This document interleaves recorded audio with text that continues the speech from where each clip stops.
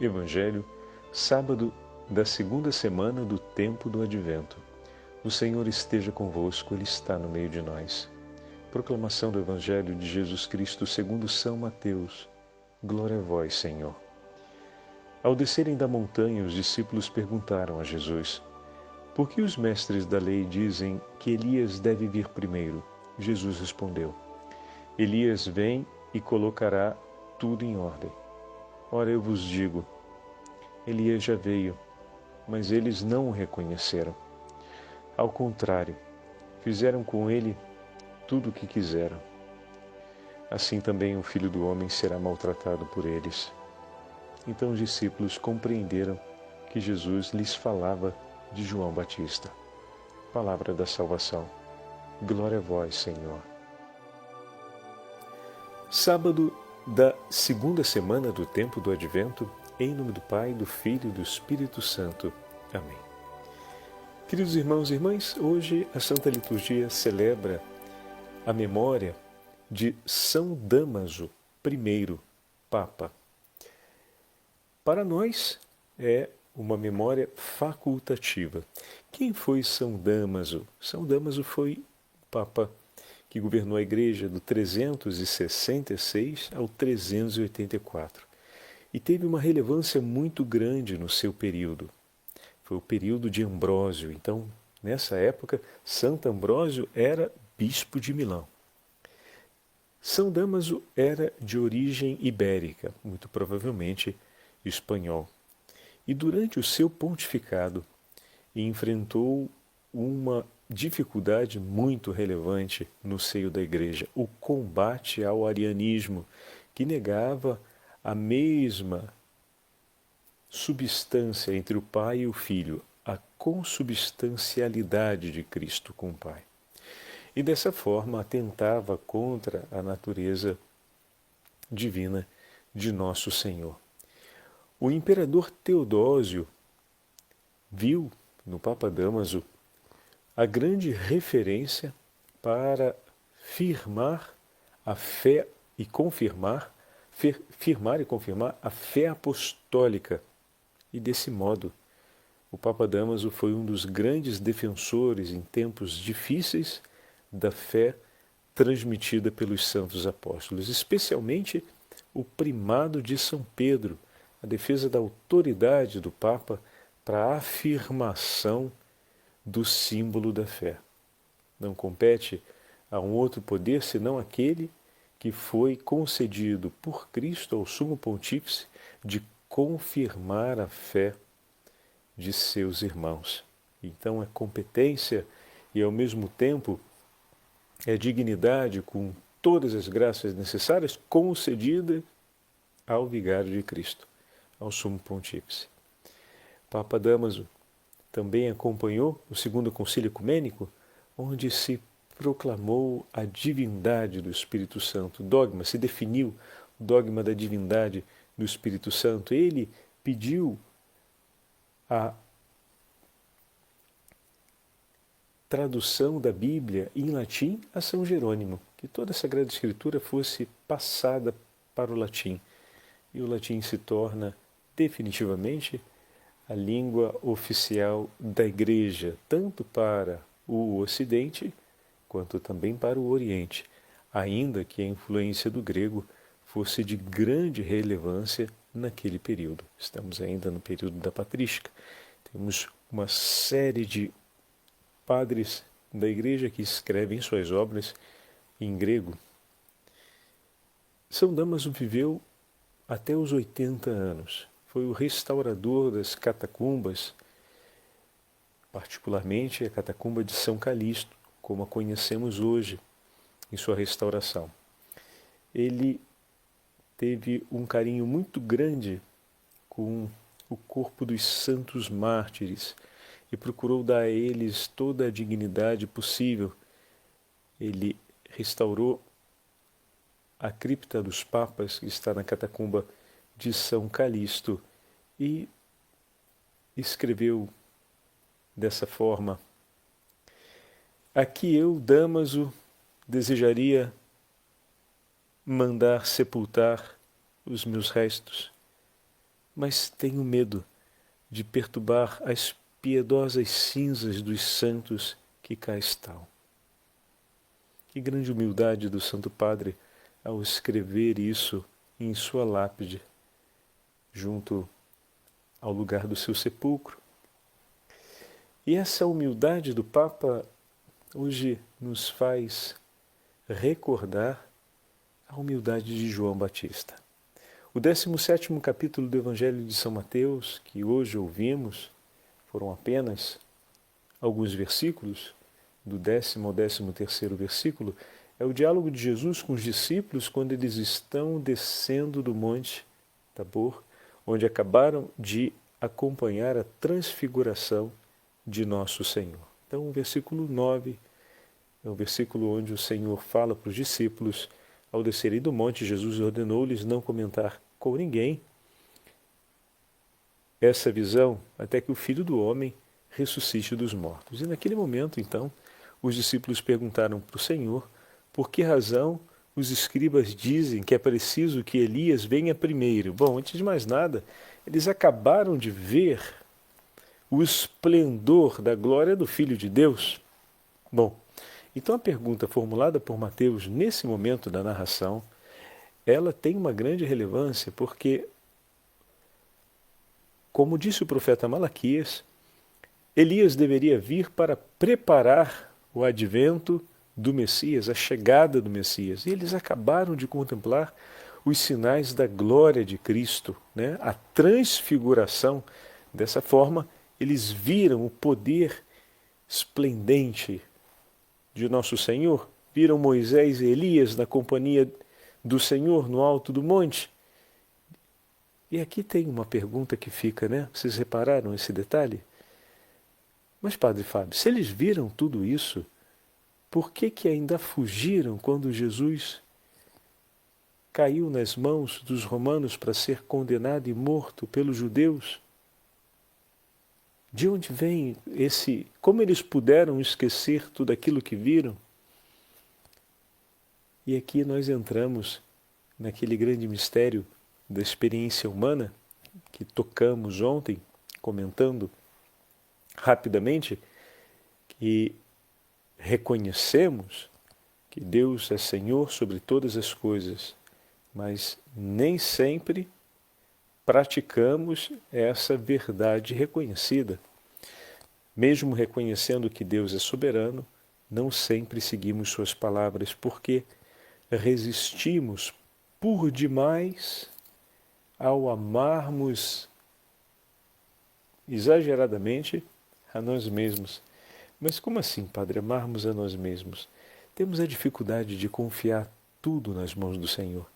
E quando a realidade parece muito contrária, hostil, ameaçadora, contraditória, preferimos seguir o que apontam nossos sentidos, ao ponto de recordar a memória do que Deus nos disse. A Beatíssima Virgem Maria, em tudo, preferiu sempre a vontade e a palavra de Deus. Não é à toa, isso talvez agora dê a vocês um novo sabor à expressão guardava tudo em seu coração. O coração da Virgem Maria era todo penetrado e tomado pela voz de Deus.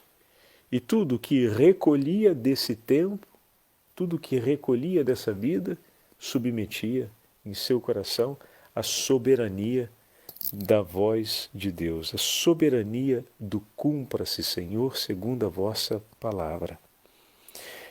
Recolhemos com os nossos sentidos tudo aquilo que vemos, ouvimos, sentimos nesse tempo.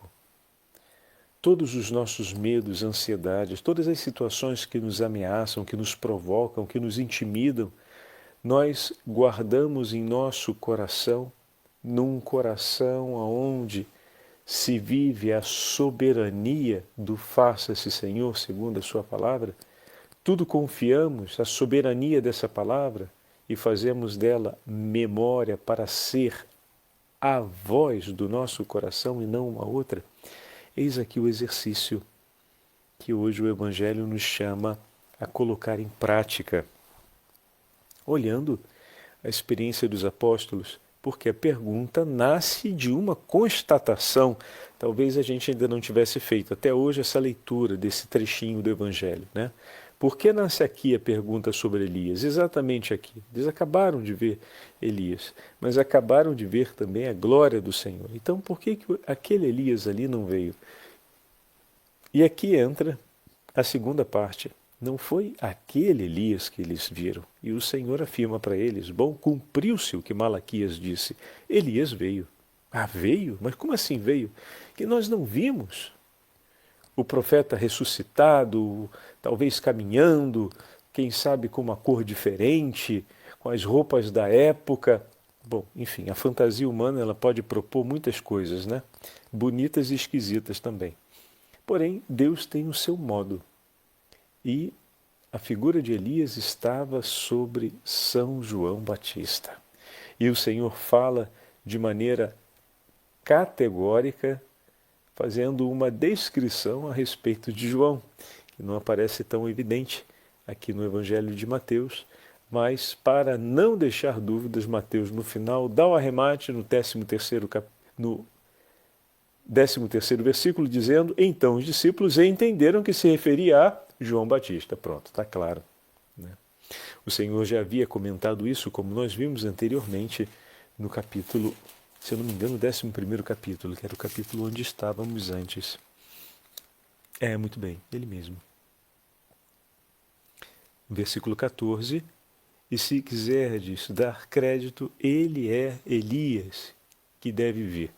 Jesus, no seu testemunho a respeito de João Batista, 14º versículo do 11º capítulo. Então, Deus escolhe a sua forma de se apresentar. Olha que maravilha, meus irmãos. A voz que clama no deserto, aquele homem que junta o Rio Jordão, sem grandes feitos, ou seja, não ressuscitou mortos, não fez descer o fogo do céu, não abriu o Jordão, fazendo com que as águas do rio se fixassem em duas grandes colunas, à direita e à esquerda, a exemplo do Mar Vermelho. Não aconteceu nada disso. Esses gestos não aconteceram, mas aconteceram outros que nós vamos ver já já nesse delicado comentário do monge Afrate do mosteiro de Mossul. Já ouvimos alguns dos nossos irmãos da região do mosteiro de Mossul, dos primeiros séculos, que escrevem, os monges, as meditações a respeito do Evangelho. E ele faz uma comparação belíssima entre Elias e João, mostrando como Deus manifesta o seu poder e a sua autoridade, mas ele escolhe os pobres e humildes, os simples. Deus fala com simplicidade. A imagem de João Batista, por mais que para nós ocidentais que não conhecemos o deserto, seja uma imagem exótica, né? Para o homem do deserto, para o homem daquela época, João era uma imagem austera. Trazia sobre si uma imagem de austeridade. Mas aqueles que viviam no deserto traziam sobre si os sinais de austeridade, porque o deserto não é que te dá a chance de ser um homem de muitos pensamentos, mas um homem prático, ou seja, alguém que olha para a vida com a exigência que ela impõe e se obriga ao compromisso de viver. Fantástico. Isso é importante. Precisaríamos dessa medida para olharmos a vida com os pés no chão e com mais realismo, né? Para nós é exótico, mas para o homem daquela época, como já tivemos a oportunidade de falar, era um sinal de austeridade, né? Mas a imagem de João Batista em si, era um homem de uma vida muito simples e transparente. Nele, como no coração de todos aqueles que é exemplo da Virgem Maria, vivem sob a regência absoluta da voz de Deus, não há espaço para ambiguidades, não há espaço para disparidades, não há espaço para contradições. O seu coração transmite paz. O seu coração é toda alegria.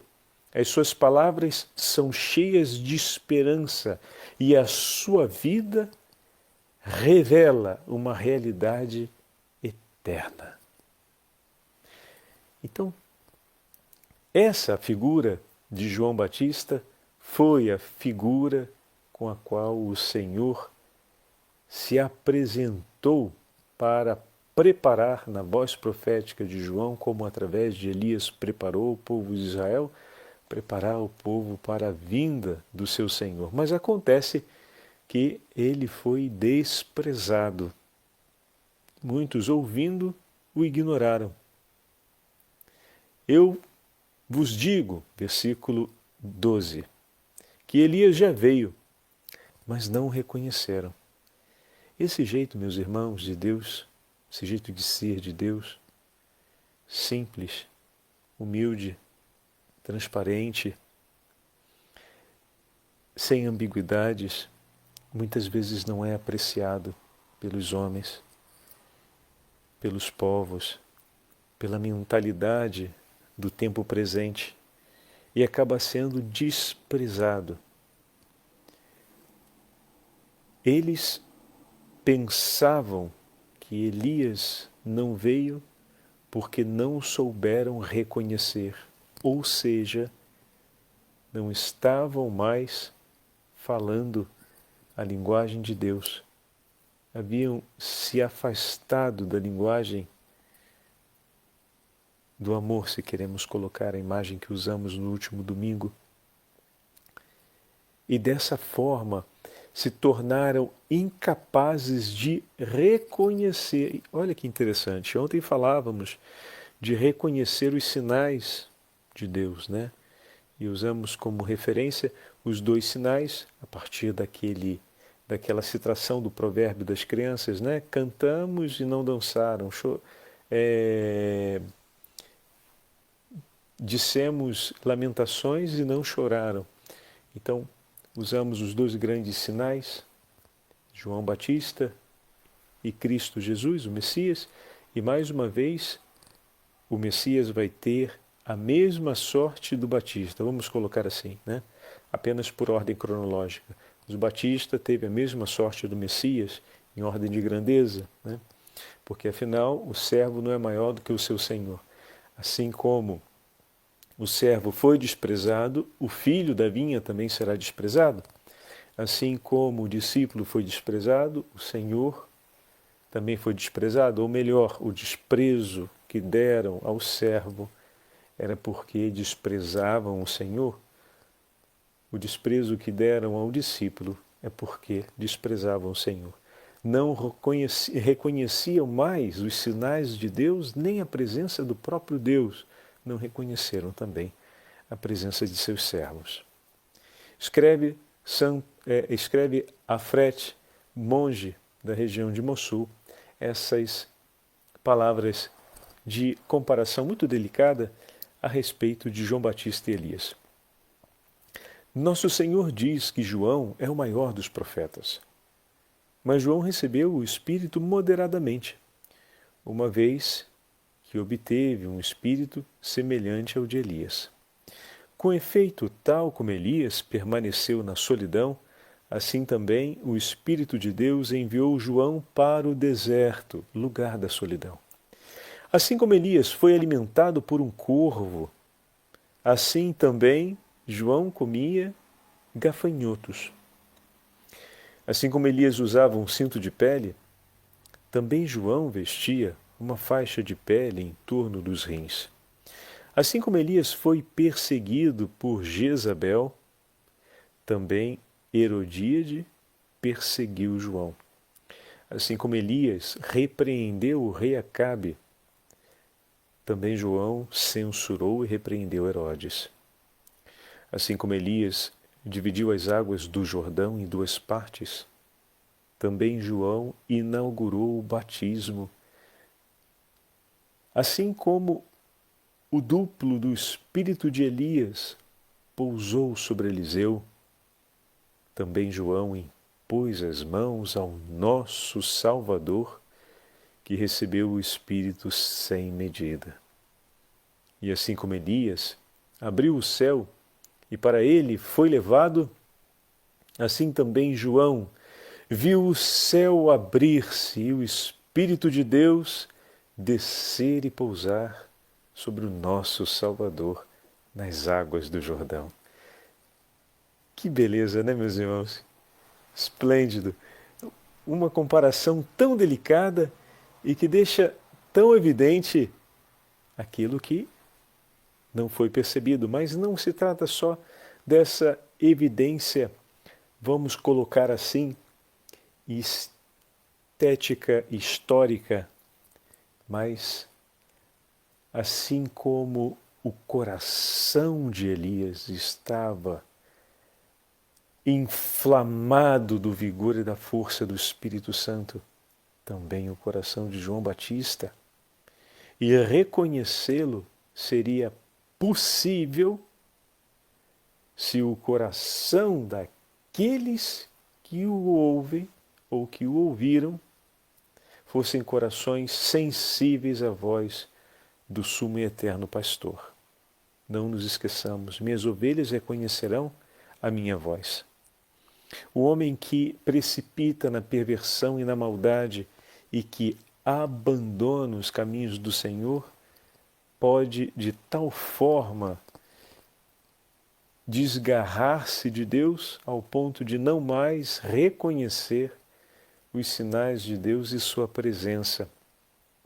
Esse foi o destino daquela geração que terminou por receber tanto e amar tão pouco a Deus.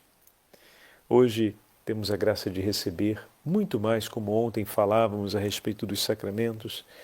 Olha, o Santo Padre, Papa Damaso, que hoje estamos celebrando a memória, quanto bem e quantas graças deixou